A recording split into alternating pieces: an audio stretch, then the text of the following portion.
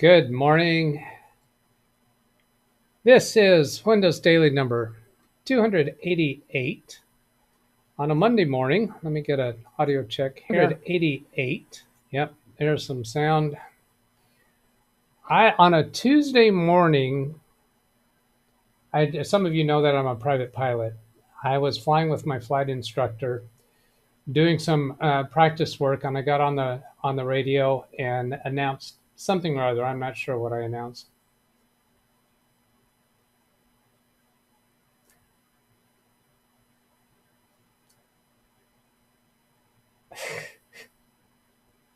Wow, I wasn't expecting this kind of reaction.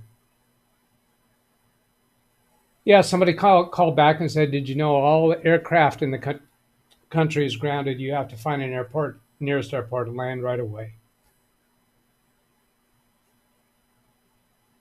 That was 22 years ago.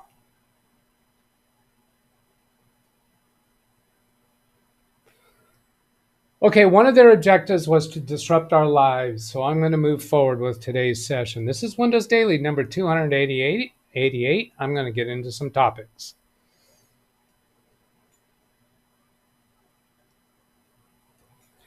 From the Saturday show, Wintermute came in with a chat message that I wanted to mention, where he says that he disagreed. Posts PO number, IMAP and POP3. Yeah, he clarified that later. It was a typo. POP3, IMAP, and Exchange are all valid. Exchange equals Microsoft. They do not own the world yet. I did not give sufficient conversation to POP3 and IMAP, and I was kind of downplaying them. That's kind of old hat. No, they still work, and they're still fine.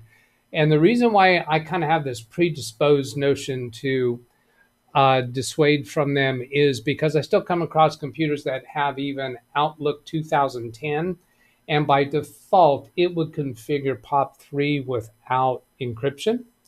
And it's not even capable of doing encryption very well. And a lot of times I find that I have to upgrade somebody to a newer version of Outlook. And usually when I'm configuring email now, I just put an email address and password, and most of them that I encounter automatically configured. So Wintermute was right on point when he pointed out a disagreement with that. Josh Kinder says, I have a really quick question. Are they still doing security updates for Mac and Reflect? Because I was thinking, I heard that they were doing security updates till January of next year. So I wasn't quite sure about that. So I just took this much right here and did a Control-C copy, then went over to Google and pasted that. Mac and Reflect Free 8.0 is the latest version to receive feature compatibility or bug fix updates. Security patches will still be provided until 1st January 2024. Now, when they say security, they're not talking antivirus security. They're talking about security patches for their product. So it's only the Mac and Free version 8.0 that they're only going to be doing security patches through January 1st. Now, after that, Mac and Reflect should be treated as no longer secure. Does that mean it's safe to do backups? Yes. You can still do backups with Mac and Reflect, free version 8.0, for as long as it works for you. The time and point when it might break is if you get a new device, maybe a new external drive or something, or some other new drive technology that version 8.0 doesn't know how to handle. I think you're fine continuing to use that. Does anybody disagree with that point of view? Because you're not actually interacting with the internet on that. Could a hacker infiltrate your computer through Mac and Reflect? Oh, that is such a long shot that any hacker would be trying to do that to your private personal computer. I don't think you need to worry about that. Then I'll move on to the next one. Paul Field. I was really glad to have a follow-up from Paul Field here. You'll remember him if you are around when he was originally talking with us. Says, I have followed your advice and bought a range extender, TP-Link, which finds the local Wi-Fi signal and seems to set up correctly, but there is no communication between it and the site's Wi-Fi. I have set up the device twice with same unfortunate result. The site has multiple aerials, multiple antennas. So I'm assuming, hang on. I'm assuming it is a mesh setup, and this perhaps is the cause of the problem. Because we cannot use a LAN cable, we are really stuck. Fortunately, I've found a location in the static caravan that enabled me to get a viable mobile phone signal, so we are using hotspot currently.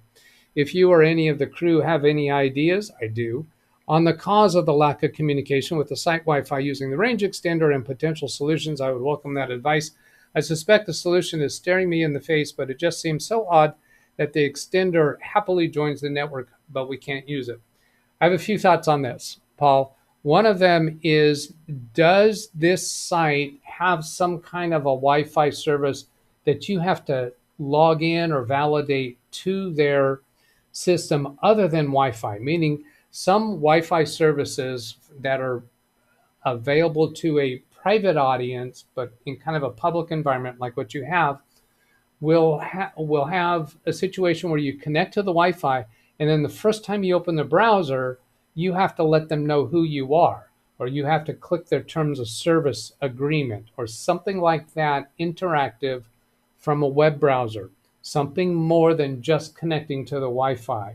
If that's required, then your Wi-Fi extender is not able to perform that function, as far as I know.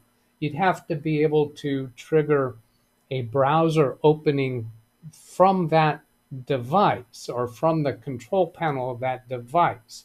Now, I do have the manual brought up because there's another piece, another element that might be at work here. When you say Wi-Fi signal seems to set up correctly, but there is no communication between it and the site's Wi-Fi. How do you know there's no communication between it and the site's Wi-Fi? If you're saying simply because you're not getting better performance or better connection indication from your laptop, that's different than saying perhaps the control panel on that device's configuration page tells you that it has failed to connect or it is not communicating somehow. So I need more specifics about what you mean by that. Then another point is I have their manual up here. Now, let's see, I need to let you folks know what device it is. Let me go back to his next email. I'm going to come back to this Facebook email later. It is a TP-Link 300 Mbps wireless and access point. So I have the manual up for this. And in this area here, access point mode. No, here. There are 4 operation modes supported by the access point. Let's make this zoom in a little bit bigger.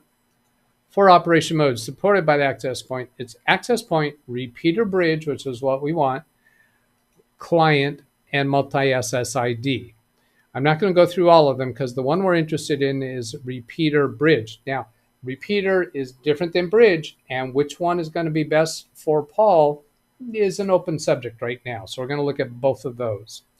Here it talks about access point mode, where you connect a Ethernet cable and it broadcasts a wireless signal. We're not interested in that. Repeater bridge mode is what we're interested in. I'm going to eliminate these other ones. Client mode is where this repeater picks up the signal from the existing Wi-Fi and then sends out the signal to your Ethernet connected devices.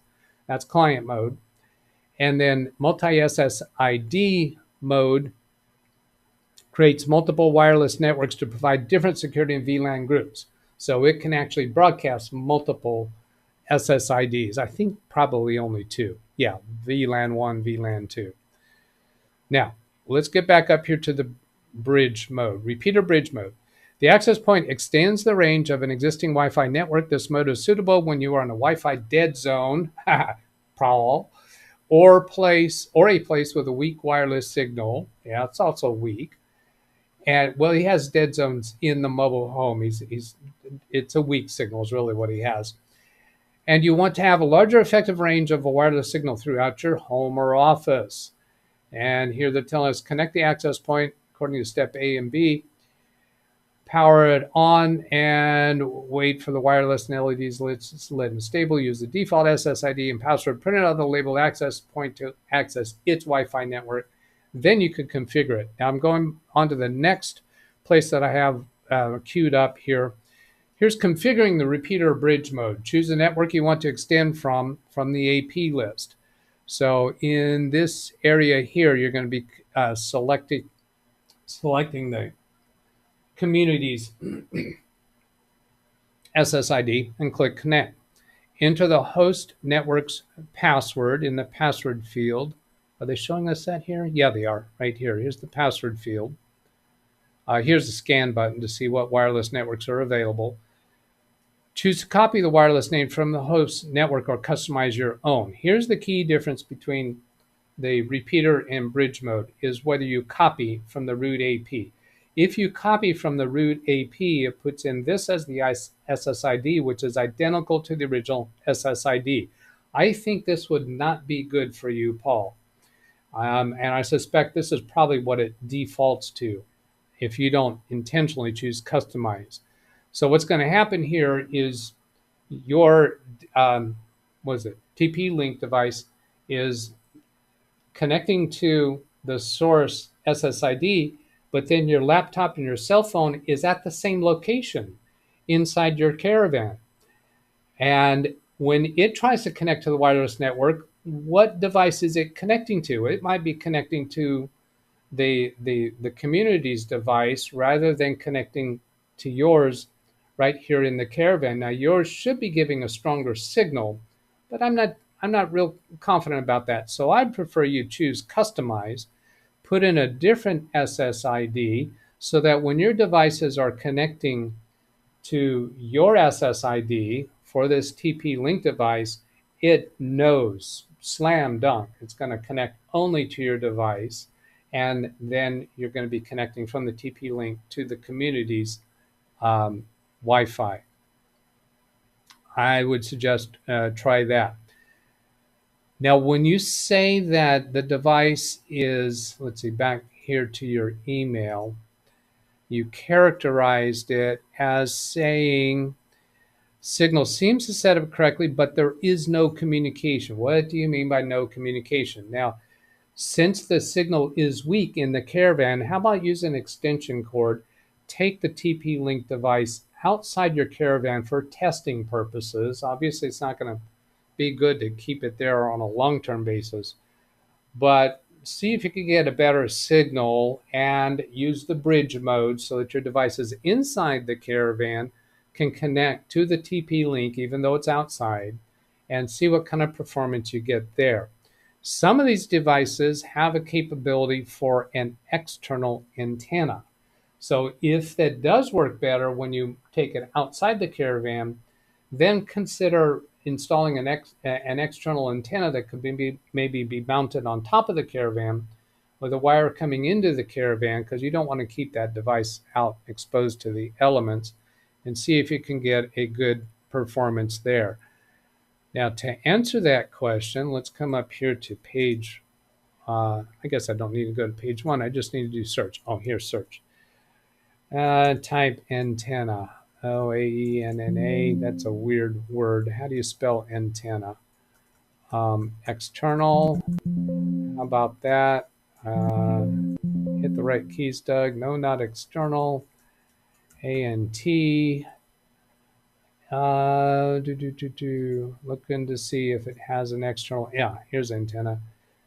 Upright for the use. It's just referring to the antennas that are built onto the device. And those antennas, they can unscrew, and I think you can just screw an external antenna onto it.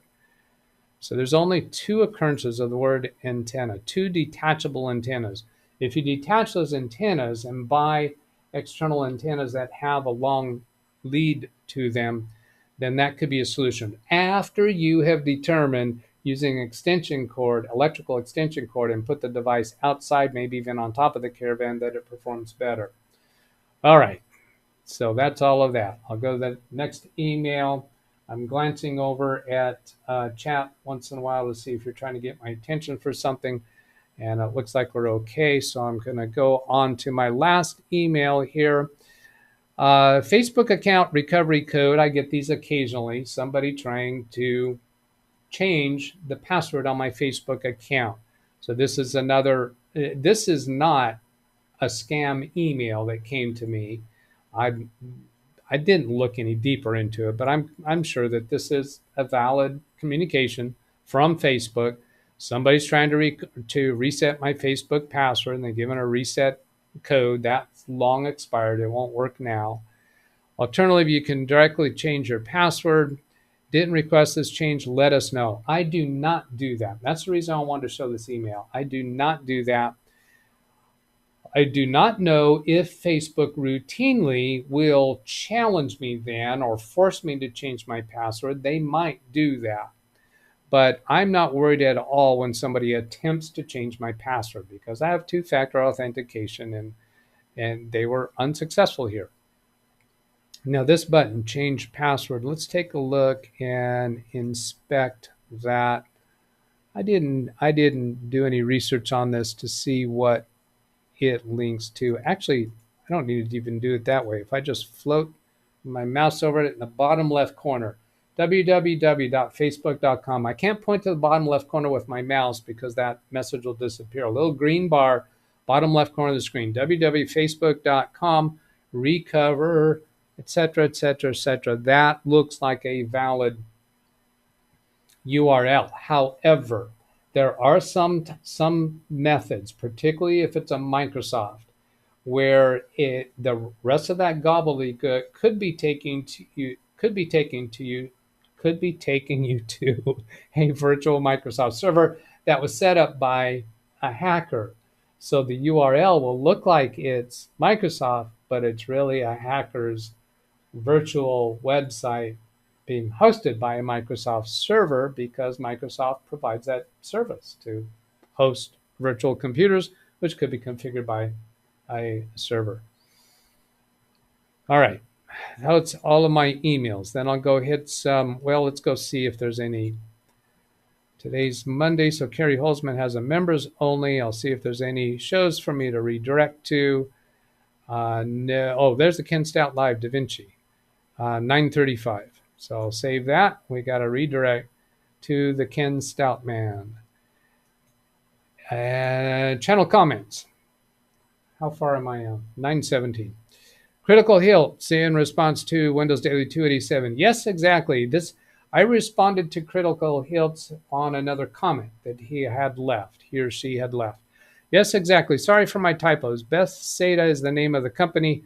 It turns out the game is supposed to run at 60 hertz, so anyone running over that makes the game physics break. I uninstalled and reinstalled the game twice, but I have not tried a full clean wipe. My monitor is 4K, 144 hertz, and I run them at those specs. So it sounds like this game that he's playing, when you run higher than the game was designed for, it breaks the physics of the game. Looks to me like Critical Hilts has found the solution there. He's got to handicap his computer, slow it down for this game to run properly. Hope to catch you next week. Thanks for the support. Just glancing over at the little bit of chat that's visible to me, I don't see Critical Hilts. To remind me, I'm going to go, let's see, will this open in a new window? Now it's open in the same window. I want to get to that actual published held. Oh, here, this will get me to all of the comments there. No, it didn't. Oh, his original comment was on a prior video, not on that video. So that's not going to get me to his original comment. But I think we're waiting to hear back from some more from him or her. Republic of Skorvonistan. Skorvonistan. Republic of Skorvonistan. That might be a gag. I'm not sure. I've never heard that location before. I apologize if that is a valid location. In regards to how to upgrade from Windows 10 Home to Pro, he says, thanks so much. This worked. You are welcome. And Republic of Skorvanistan, I do a live show every day, Monday through Friday, where myself and the chat room are available to respond to your questions that come to us on videos or emails that come to me at this email address, or comments made in the chat room during live streams. So you're welcome to come around and visit with us some more, come in with other issues that you might come across. Then comment. From Pineapple Road, USB-C does, and this is in response to Windows Daily 286, where we were talking about USB-C, does have something called alt mode, which allows other types of signals to be sent through a USB-C connector, such as DisplayPort, HDMI, Thunderbolt, Thunderbolt 3 and 4 use the alt mode capabilities of USB-C.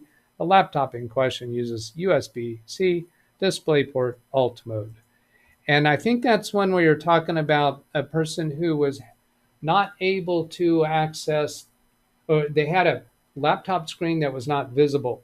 They're trying to access the computer through an external monitor, access the UEFI setup screen or BIOS setup screen. Well, UEFI for if it's USB-C.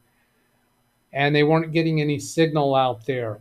Now, I'm not sure, Pineapple Road, are you saying that the USB-C port should automatically be giving a signal out? Now, we don't know if he was using one of those adapters for USB-C that provides a USB-A and USB-C and HDMI port and whatever else through that device, but I don't think that's going to function until you have Windows up and running.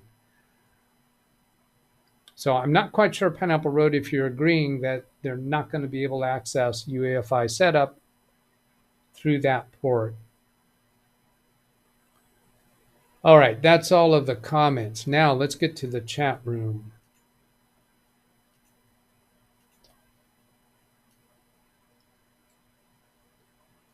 And zoom in on the chat room. Let's see, look down at the bottom. Sorry for being late. HP Pavilion, Windows 7. So I'll get to those later. Matthew Barnes says, you know those cars that have a little orange ball on the antenna so you can find them in a parking lot? Every car should have one. That's a joke from The Simpsons. I had to check with Doug this morning. I asked Doug, could you explain this joke for me? Because I don't get it. It's got to be a joke because Matthew says it's a joke from The Simpsons. Well, Doug explained to me that those little orange balls, 76 gas stations, as far as I know, originated those. You put them on your antenna so you can spot your car. And then The Simpsons said, every car should have one. Well, then you can't find your car.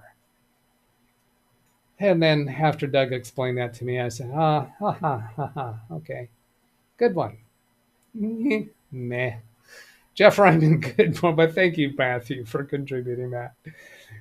Jeff Ryman, Nick Poverman, on the 22nd anniversary of 9/11, I would like to remember my friends who died that day, Teddy Brennan and Paul Keating, along with a friend's father, Charles Mathers. We will never forget. So true. Another thought on my mind this morning is the other countries that have such, frankly, more life loss by virtue of these stupid, self-involved dictator-type leaders. All right, I'm not going to go down that road. Rick Lakes, Tim Cruz, hello. You ought to be blue with your alternate name there. Sin Vicious, hello. Mike Wojcik. By the way, for those who don't know, Tim Cruz and oh, come on, you know the other one. Yeah, they're friends with each other, I believe. Came on with our cameras on Saturday. I was so glad to be able to put a face with the names. Come on, who's the other name? Help me out. And I know you. I'm not here right now. Bobby Warren. Oh, here, he's here. Yeah, Bobby Warren. Bobby Warren and Tim Cruz came on with their cameras on. And Bobby, was it Bobby Warren's girlfriend, I think, was there too, but she didn't have her camera on, but we helped her with her computer a bit. Mike Wojcik, Sin Vicious, Ken Stout, Chris Garrett, first one to hit like. Nicholas Hooks, I'm back. Bobby Warren, I called Comcast yesterday. I had an issue with my TV. They told to get 800, it need to be higher. In order to get 800, it need to be hardwired into the modem. Yeah, 800 download isn't a TV issue. People saying hellos to each other. Weather report. Chris got a laugh from Bobby. Nice seeing you guys. Speedy C, hello. Speedy C was watching this morning in Fortnite. Chris, I thought it had cooled off, but today's getting hot again. I was outside and it's a little toasty. Come on, guys. 17 watching, only 5 likes. Hit that button. From Ken Stout. Thank you, Ken. Bobby Warren, Chris Garrett. They told me to get They told me Wi-Fi gets 400 to 500 down. Yeah, that's kind of more likely. I think it's very rare circumstances that you can get 800 down on Wi-Fi, and you'd have to have really high capability equipment. I think there are Wi-Fi devices. I'm sure there are Wi-Fi devices that can do that. But will their router send out Wi-Fi at that speed? That's a gamble. Well, not a gamble. You can look up the statistics of that router to find out. Southern Ball, I received a notice from Macrium that the current version is available with its first full year free. Current version available with so your trial mode for a year. I think you have to give them a credit card or some payment form of payment before you get the first full year. That might be a promo that's offered from time to time. I don't understand why people cannot use the Ethernet cable. I would find a way somehow. I always prefer using an Ethernet cable, and I will go to some extent to make that happen. Bobby says, I am thinking to buy a hardware to power thing. Oh, Ethernet over power, or Ethernet over AC, and a piece for my computer. So that was a suggestion. I think it was Chris that came up with that suggestion. Now, I doubt that you're not going to get normal Ethernet speed over that. So you might want to research first and find out what speed capability that particular device that you're looking to buy gets. If somebody can give me a link for that, we might look at it, but I'm going to run out of time. It makes no sense, really. That's in reference to why not do Ethernet. Well, there are times when it's infeasible to use Ethernet. But there's also people who could run Ethernet through the walls or around the floors along the wall or something like that and get Ethernet and be much happier with it. Running a cable in the open is a trip hazard and ugly. Rental agreements usually forbid drilling holes in walls. Yeah, right on. So there's your answer, Chris. That's why. There are times when you can't do it or it's not feasible. Construction costs for running in a home can be very expensive, very, very expensive. Yes, maybe a couple $100 because I got a trip charge. If they come out and they're doing multiple lines for you, then it might be more palatable. But if they're just running one line for you, it's probably going to be 100 to 300, depending upon what they have to run through. But it might not be as expensive as you're thinking.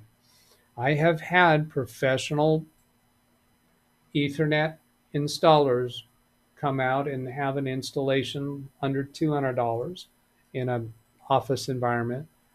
Chris, I had 3 Comcast guys come out to my house. Nothing was wrong.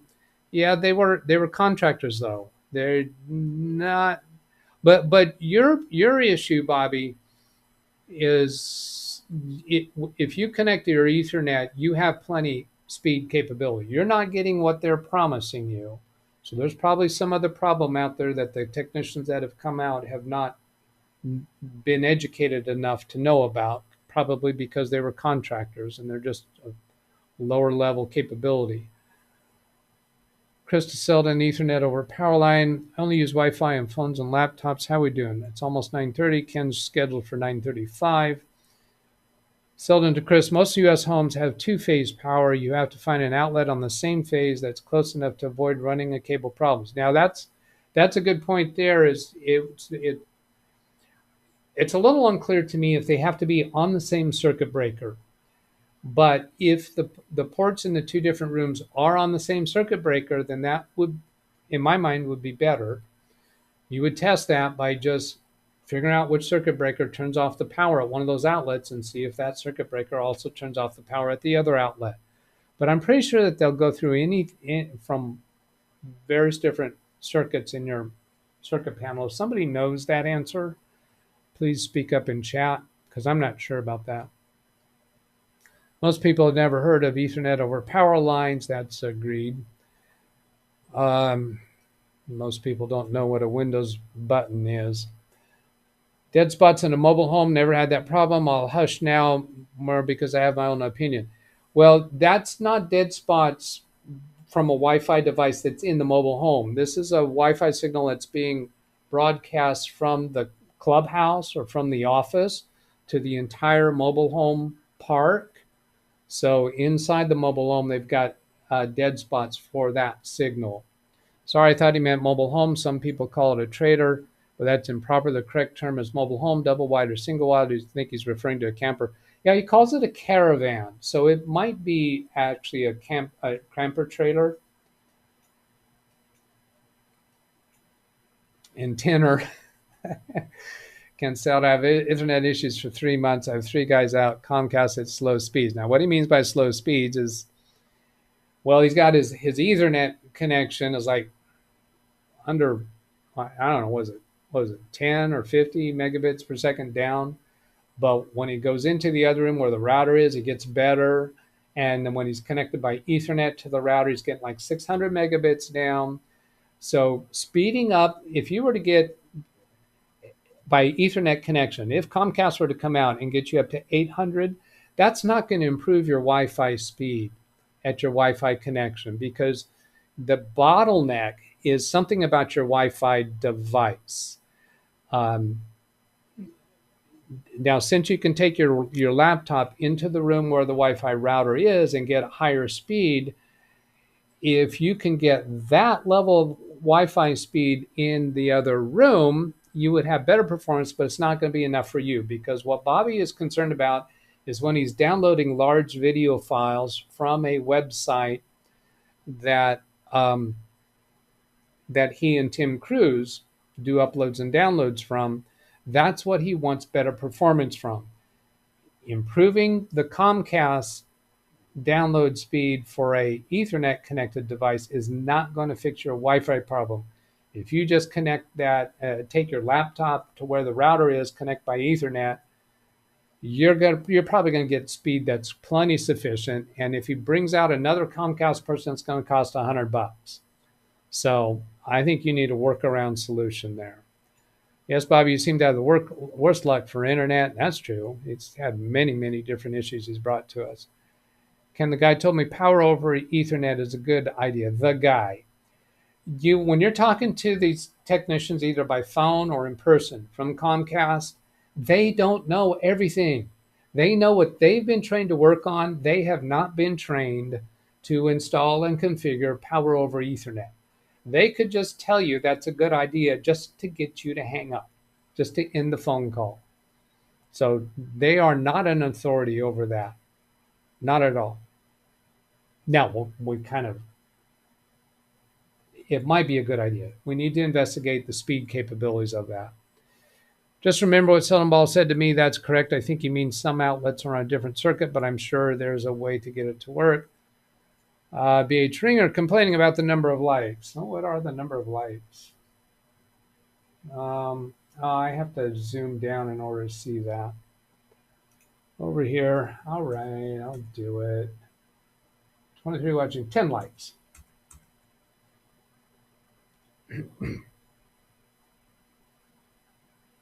How are we doing? Oh, it's time to send you off to Ken. I'll look for the oranges. John says, sorry to be late. Chris, if every car had one, you would not find your car. Just hit the panic button. Take all the time you need. I can adjust. Oh, thank you. 23 viewing, 11 likes, 11 likes. Okay, and I'll go ahead and catch up a little bit more. I'm going to scan through these. Chris says, one time I used Windows 7 refurbished license to upgrade from home to Pro on an HP and it worked. That's interesting. Windows 7 refurbished license. Okay, so the refurbished license was a Pro license apparently. Okay, yeah, but that's Windows 7. I had a Windows 7 Pro for refurbished PC. Yeah, well, that makes sense that that would have worked. You had to type in the license number back in those days. Ugh, glad we're done with that. Lawn Dog, hello. It was Tim's girlfriend, not Bobby's. All right, thank you for that confusion or clarification. You're not giving me the confusion, you're giving me the clarification. Krista Bobby, be happy with what you have, only have 25 megabits down. Well, he's not happy with what he has because he often does large downloads. But again, use a workaround because you don't do that multiple times each day. Hang on. Austin Grace, hello. Oh, that didn't work. Hold on.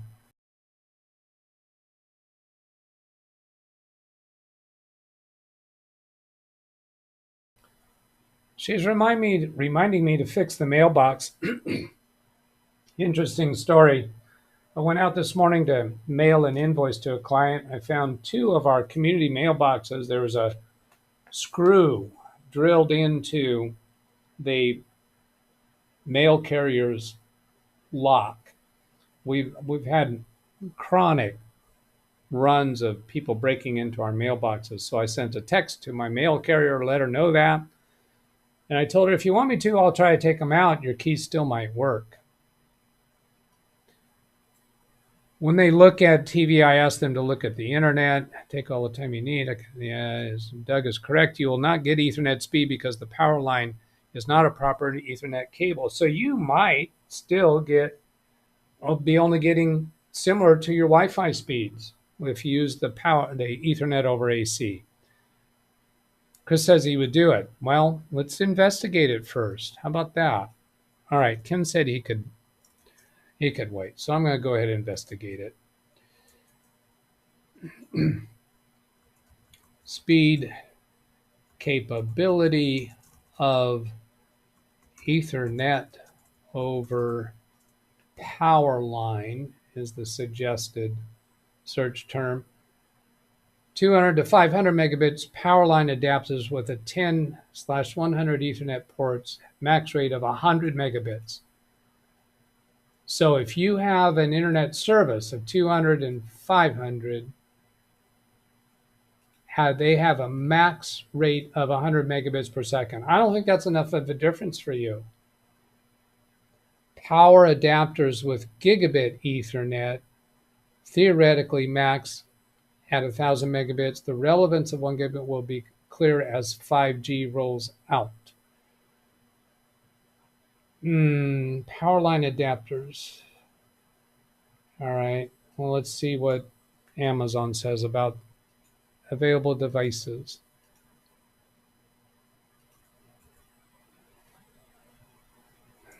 Well, that's not a good search term on Amazon, but it gets us there. 2 gigabit ports, Ethernet over power, noise filtering, ideal for gaming. There's a 1.2 gigabits claim. Let's see what people say in the reviews. Solved problem I had for years. 350 kilobits down. That's not megabits, that's kilobits. Try an antenna, Gus. That's not encouraging. I didn't read it very carefully. Needed this for myself. Well, one of them worked. I was under the illusion I could plug one into the box and the other ones throughout the house. For the most part, it works okay unless you have to use phones and it disconnects a lot. The other two boxes, yeah, whatever other power you have running over those circuits could cause you some problems. Works well, but watch for radio interference. You won't get anywhere near 2 gigabits. We're seeing about 300 megabits. Crossing a breaker lowers the speed. So there, crossing a circuit breaker lowers the speed. That's not surprising. I'm not a big fan of that at all. Why not carry your laptop to where the router is and connect to Ethernet? Is that not acceptable? Or have a long Ethernet line that you just run it through the house when you want to use it? I have an Ethernet available to my multiple computers through a 50-foot Cat6 that goes to an 8-port gigabit switch. Interesting enough, 802.11ac gives me better performance. That's weird. Wi-Fi gives you better performance than the 50-foot cable. Maybe the 50-foot cable has got a problem.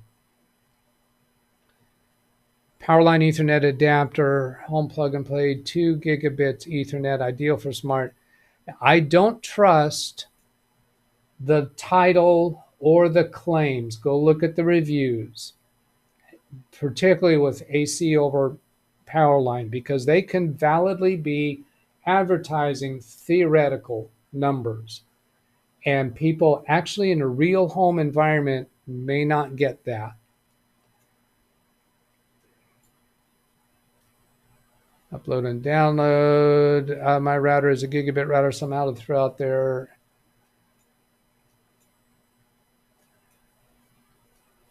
Wasn't complaining about anything, just trying to help support your channel. Thank you, BH. There is also, Doug, Ethernet over coax cable to use existing wall coax cable, and there's a version that allows for regular TV transmission at the same time. Mocha, I think it's called. That's interesting. I would be more enthusiastic about Ethernet over coax because you won't have the various electrical signals that you're going with your other devices in the house, and you won't be going through circuit breakers. Power over Ethernet, in my opinion, is not fast enough, often disconnects. Power over Ethernet is a different concept. That's totally different. Do you mean Ethernet over power, EOP?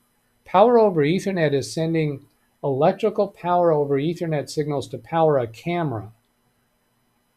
And it does not degrade the Ethernet speed. So Rick, did you choose the wrong name there?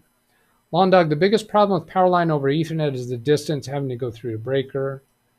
It can be under the house in the attic, maybe a little better than Ethernet over AC. All right, I'm going to go ahead and send you off to Ken Stout. Get ready. Here they come on the run. Here's my email address. Bill Binder, in the UK, older houses have very solid walls which are not Wi-Fi friendly, so Powerline adapters can be quite useful. Good point. All right, there we go. Have a great Monday, everybody.